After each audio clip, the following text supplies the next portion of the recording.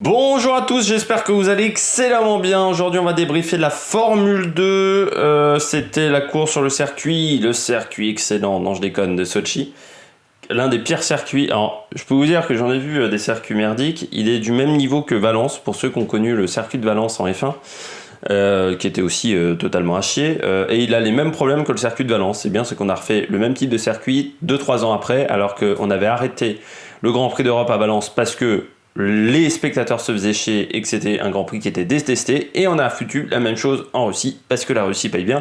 C'est con parce qu'en plus en Russie ils ont un circuit à Moscou, parce que là c'est le circuit de Sochi, mais ils ont un circuit à Moscou qui est qui pourrait peut-être être intéressant pour les Formule 1, enfin qui est moins chiant que ce circuit-là. Ils ont alors après le problème c'est que Moscou, bien entendu, il fait un peu plus froid qu'à Sochi. L'avantage de Sochi, d'avoir un climat assez proche de ce qu'on peut retrouver par exemple en France.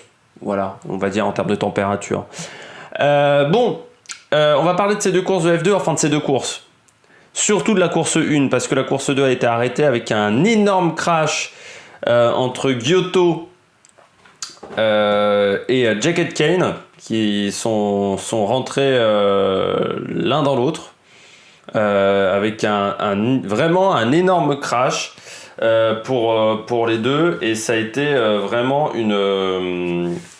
je trouve que ça n'a pas été très bien géré. Alors déjà, ils sont passés encore en dessous des Tech Pro, et ça c'est le vrai problème des Tech Pro. Alors pour ceux qui ne suivent pas les sports mécaniques attentivement, les Tech Pro, ce sont ces barrières souples. On pourrait dire que c'est un peu comme c'est pas du polystyrène, c'est une mousse en fait technique qui absorbe. Sauf que souvent, je pense qu'elle est assez mal positionnée sur les circuits, qu'il y a un vrai problème de positionnement de la Tech Pro, parce que en Russie, c'est quand même la 3e fois qu'il y a une voiture qui passe sous les Tech Pro. C'est arrivé à Carlos Sainz Jr., donc là à Giotto, c'était déjà arrivé une autre fois aussi, et les voitures passent sous la première couche de Tech Pro, qui donc ne freinent absolument pas cette Tech Pro, et vont taper en fait le mur en béton. Et la décélération au final n'est pas si énorme, et frapper un mur en béton, c'est pas top. Avec les pneus, rien à vous dire, un mur de pneus, faut bien le positionner pour éviter le cas d'Olivier Panis par exemple, ou de Michael Schumacher. Mais ça ralentit assez bien quand même les voitures, ou les fameux murs qu'on a en NASCAR, ou sur une partie du circuit des 24 heures du Mans, qui sont des murs conçus pour absorber une partie de l'énergie cinétique, cette fameuse déperdition d'énergie lors d'un freinage violent, qui provoque souvent le coup du lapin, ou des chocs au niveau du corps humain assez importants, parce que le corps humain n'est pas fait pour subir d'énormes décélérations. Surtout les organes vitaux n'aiment pas ça. Donc, et là je trouve que c'est vrai que sur cet accident-là, les Tech Pro n'ont encore pas bien marché. Je suis pas un fan des Tech Pro, très clairement, parce que sur les chocs latéraux ça fonctionne. Par contre, dès qu'il y a une voiture qui les prend de face, souvent la voiture passe sous la barrière de Tech Pro. Et là on a vu Jack Aitken, sa voiture était enfermée dans les Tech Pro. Donc si il n'était pas en capacité de sortir, et Giotto pareil, et Giotto en plus ça prend feu. Les Tech Pro, quand ça prend feu, je sais pas si c'est hyper bien inifugé, la barrière Tech Pro. Et puis en plus ça doit émettre des fumées. Ça doit être sympa pour les commissaires de piste à côté, en passant. Peut-être pour ça qu'ils sont pas intervenus aussi vite, et qu'ils savaient pas comment réagir avec la fumée des Tech Pro, ou avec peut-être que leur extincteur pouvait pas éteindre la matière dans laquelle est composée la barrière Tech Pro. Même si on nous dit qu'ils sont intervenus extrêmement vite. C'est Michael Masi qui dit qu'ils sont intervenus extrêmement vite. Mais voilà, mon petit coup de gueule, c'est que les Tech Pro, on en met partout aujourd'hui sur les circuits de F1. Ça fait depuis 6 ans à peu près que cette technologie existe, et que je suis pas sûr réellement de son efficacité actuellement. C'est comme la suppression des bacs à gravier. Je suis pas sûr vraiment de l'intérêt de ce type, parce que le goudron ça ralentit pas une voiture. Le gravier, si. Alors, bien faire des bacs à gravier, oui, c'est un travail, c'est un métier, mais le goudron, vous pouvez pas le modifier. Donc, et puis le goudron qui ralentit comme au Paul Ricard, j'ai des gros doutes quand même sur le fonctionnement, le goudron hyper abrasif. Alors peut-être que en théorie ça doit fonctionner. J'ai quand même vu des accidents au Paul Ricard où la voiture ne ralentissait absolument pas. Je me souviens de Marcus Ericsson. Il y a eu un accident en essai également dans les années 2000, en essai privé, Je sais plus qui avait tapé très très fort au Paul Ricard. Enfin, j'ai jamais cru au fonctionnement de cette méthode. Bon, fini de parler de ce Grand Prix, on va passer au débrief, au top et flop. Je commence avec Alesi. Est-ce que Alesi, on peut le mettre en mieux ? Je rappelle que Giuliano Alesi faisait son premier meeting chez MP Motorsport après avoir passé le début de saison chez HWA, c'est sa 3e équipe. L'année dernière, il était chez Trident. Pas beaucoup mieux. Heureusement, en course 1, Drugovich a abandonné, donc ça lui a permis de finir devant Drugovich en course 1 et en course 2. Objectivement, il avait un rythme bien inférieur. J'ai pas regardé l'écart en qualif entre les deux. Et pourtant, Drugovich n'a pas fait un grand meeting, mais il lui colle 1 seconde dans la vue. Et c'est Drugovich. C'est pas non plus le meilleur pilote. C'est un bon pilote, mais c'est pas le meilleur du championnat. Donc quand vous prenez 1 seconde de la part de Drugovich, c'était un écart qui n'est pas tolérable. Et puis après, est-ce qu'en course ça allait mieux ? Non. Je pense qu'il a toujours pas compris comment marchaient les pneus. Il n'a pas un rythme exceptionnel. Bon, il traverse une saison de manière invisible et ça m'étonnerait que l'année prochaine on le revoie en F2. Parce que sur ces 2 saisons, il nous a quand même pas montré grand chose. Autant il y a des mecs comme Mazepin qui ont réussi à nous montrer des très bonnes choses lors de leur 2e saison. Louis Delettra également, on voit des choses un peu meilleures. Ou qui avait fait une bonne première saison comme Zhou. Autant lui, il n'y a pas de différence entre la saison 1 et la saison 2, c'est toujours mauvais. En même temps, sa saison 1, il finissait 1 fois sur 2 la course au bout du 2e tour. Là, cette année, il va un peu plus loin, il arrive au bout des courses. Mais bon, la performance n'est pas là. Et donc, aujourd'hui, objectivement, est-ce qu'une équipe de F2 voudrait le conserver pour l'année prochaine ou voudrait le prendre pour l'année prochaine ? C'est un pilote qui n'a pas énormément de budget. Je rappelle que cette année, pour rouler en F2, son père a dû vendre sa F40. Il n'en avait qu'une de F40, Jean Alesi. Il n'en a pas 3. Je pense qu'en plus, il a un peu du mal à se défaire de son paternel en passant Giuliano Alesi, mais il n'a pas de budget. Il y a le soutien de Ferrari, mais je pense que c'est pas le pilote le plus soutenu par Ferrari. Donc, au bout d'un moment, les mecs vont dire stop. Et à sa place, je dirais stop pour pouvoir ensuite aller en endurance dans des bonnes structures ou aller en GT dans des bonnes structures, parce que là, ça peut commencer à devenir compliqué, même en endurance ou en tourisme, d'aller dans des bonnes structures pour l'année prochaine. Je continue maintenant avec les pilotes au top. Je passe à Mick Schumacher. Excellent week-end de Mick Schumacher. 2 fois sur le podium. Victoire en course 1. 3e en course 2. Avec une qualification en 3e position. J'ai pas grand-chose à dire sur Mick Schumacher, à part que il a trouvé quelque chose sur les phases de départ, parce que ça fait depuis 4 meetings qu'il est en forme. C'est la seule chose intéressante qu'a dit Patrick Drevet. Je crois que c'était Patrick Drevet. Lui, il faut plus que jamais qu'il commande des courses. C'est un enfer à écouter. Alors ce mec-là, il commande parfois la F2, mais laissez Marc Minardi. Alors je sais, peut-être que des fois il n'est pas disponible, mais Patrick Drevet, non. Même moi, très clairement... il connaît pas le règlement, il a pas vu le championnat, il a pas vu les autres courses, parce qu'il racontait des conneries infâmes toutes les 2 phrases. Tu sentais que même Romain Comro, à un moment, qui est le consultant chez Canal, en avait marre. Donc moi, très clairement, Patrick Drevet ne le mettait plus jamais à l'antenne, mais vraiment, parce que ça m'a... il m'a saoulé, j'avais envie de le claquer à un moment. C'était phénoménal. Mais pour passer du côté de Schumacher, donc oui, il a trouvé quelque chose sur les phases de départ. Il fait un milieu de saison, il a fait le milieu de saison le plus incroyable avec Tsunoda. Il avait pourtant pas très bien débuté, mais à partir de Silverstone, il a passé la surmultipliée, et depuis Barcelone, Spa, Monza, Mugello, Sochi, il est intouchable. Il est vraiment intouchable. Et puis, ce que j'ai aimé avec Mick Schumacher sur la course 1, parce que la course 2, elle a duré que 7 tours, il a pris un très très bon départ, sans prendre énormément de risques, en passant, mais en étant très intelligent. Ce que j'ai aimé Mick Schumacher, c'est qu'il a su attaquer au bon moment au niveau de ses pneus, parce que Tsunoda était parti très fort avec les softs. Schumacher n'avait pas le rythme de Tsunoda sur un tour, ça c'est clair et net. Alors vous me dites, mais comment il a réussi à gagner en course 1 vu qu'il n'avait pas le rythme de Tsunoda ? C'est parce que Tsunoda il a trop tapé dans ses pneus sur son début de relais avec les médiums. Son deuxième relais, il est raté pour Matsunoda. C'est une erreur de jeunesse, très clairement.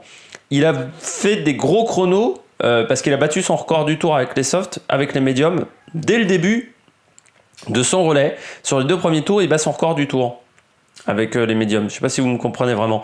Et là, il a trop tapé dans les pneus, en fait, à ce moment-là. Il a pris 2 secondes d'avance, 2 secondes 2 d'avance sur Schumacher, mais en fin de course, Schumacher avait un rythme exceptionnel. Et il a dépassé Elliott et Tsunoda, donc vraiment très très belle course, en faisant en plus des manœuvres de qualité au virage 2, qui est un endroit où vous pouvez avoir plusieurs trajectoires possibles. Vous avez le virage 1, à la sortie du virage 1, enfin du virage 2, pardon, parce que le virage 1, c'est la première courbe qui est dans la ligne droite, mais le virage 2, soit vous prenez à l'intérieur au départ, mais vous ressortez du côté sale, soit vous prenez très large au début et vous tentez de repiquer à l'intérieur en sortie de virage, et là, vous avez une trajectoire propre et surtout, vous pouvez quand même vous redépasser encore dans le 3e virage, qui est ce long gauche qui vous emmène sur un virage très lent qui est le virage 4. Donc il y a plusieurs possibilités de dépassement sur ce circuit. Le problème, c'est que vous avez le dernier secteur qui détruit tout.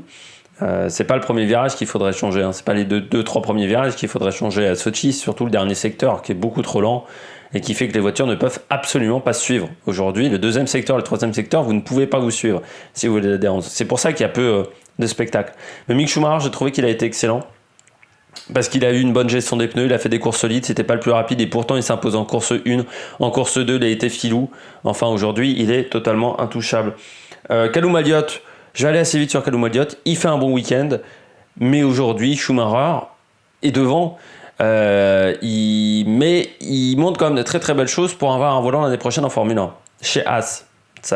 Parce que je pense que Schumacher va aller chez Alfa Romeo, Elliott irait chez Haas et le grand perdant ça serait Schwartzman. On va revenir sur Schwartzman, mais Elliott a fait, je trouve, un week-end encore une fois solide, enfin plus solide même que d'habitude. Je dirais qu'Callum Elliott 3e en course 1, en course 2 il n'a pas réussi à remonter, 7e.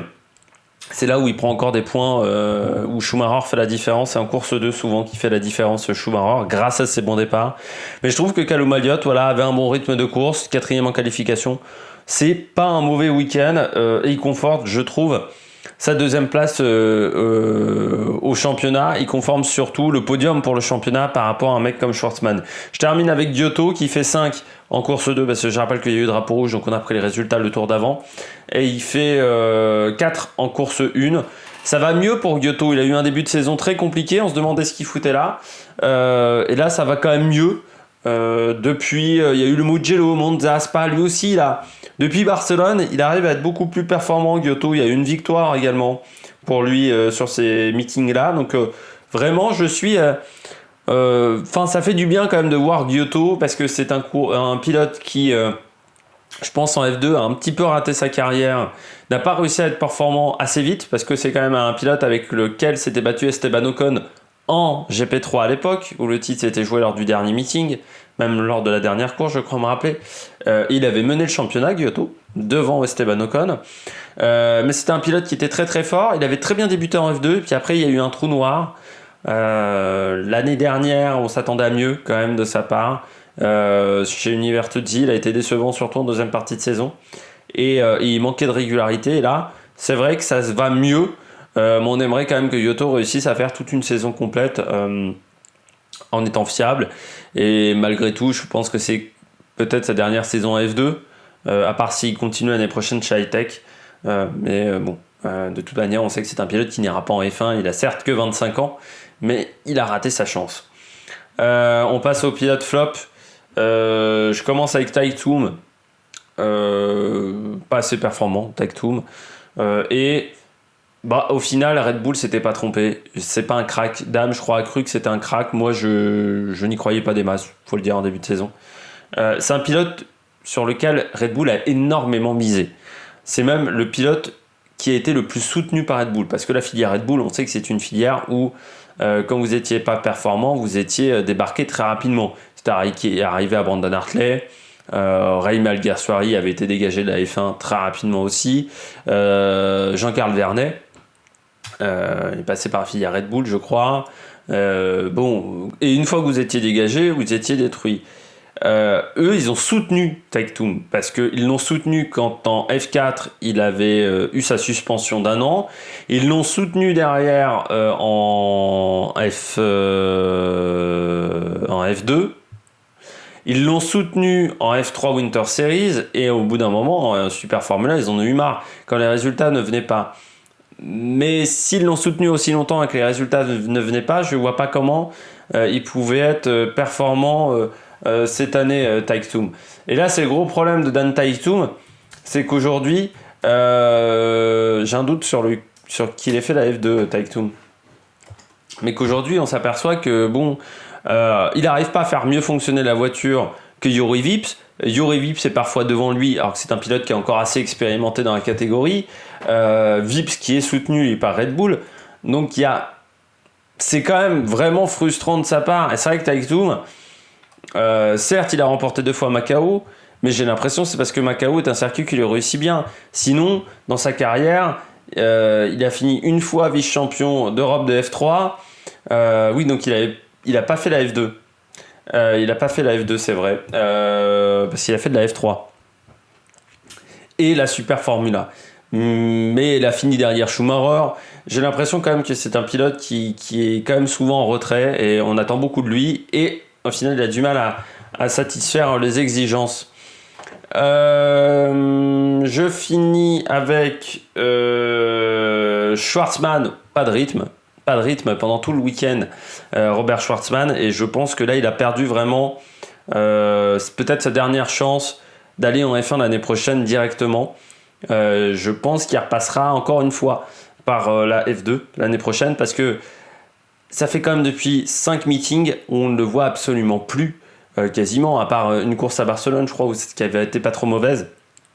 Depuis son crash avec Schumacher à Silverstone, on ne voit absolument plus Schwartzman. Et autant Schwartzman, la courbe décroît, autant Schumacher, la courbe augmente. Il y a une sorte de passage en X là qui s'est fait, et il est totalement dominé par Schumacher. Là, il se qualifie très loin. En course, il n'y a pas de rythme.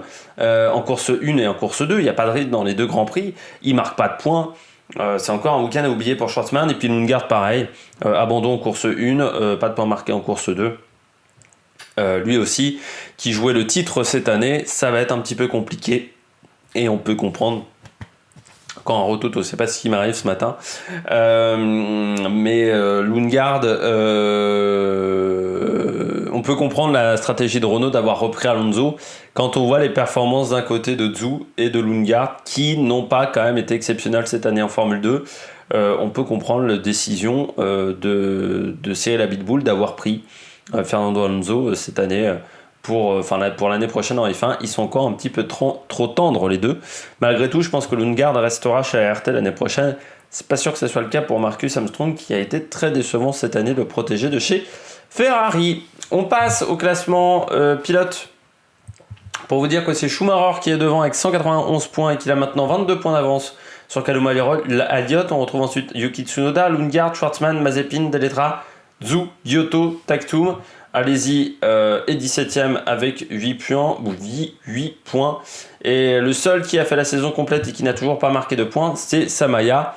Du côté du classement par équipe, c'est Prema qui est devant avec une grosse quarantaine de points sur Niver Tozzi. On retrouve ensuite Hightech, ART, Carlin, Charouz, MP Motorsport, Dams, simplement 8ème, Campos, HWA et Trident. J'espère que vous avez aimé cette vidéo. Si vous avez aimé cette vidéo, n'hésitez pas à vous abonner, n'hésitez pas à mettre un pouce bleu, n'hésitez pas à réagir dans les commentaires. Et puis nous, on se retrouve pour de nouvelles aventures sur l'Amérique Production. Ciao ciao.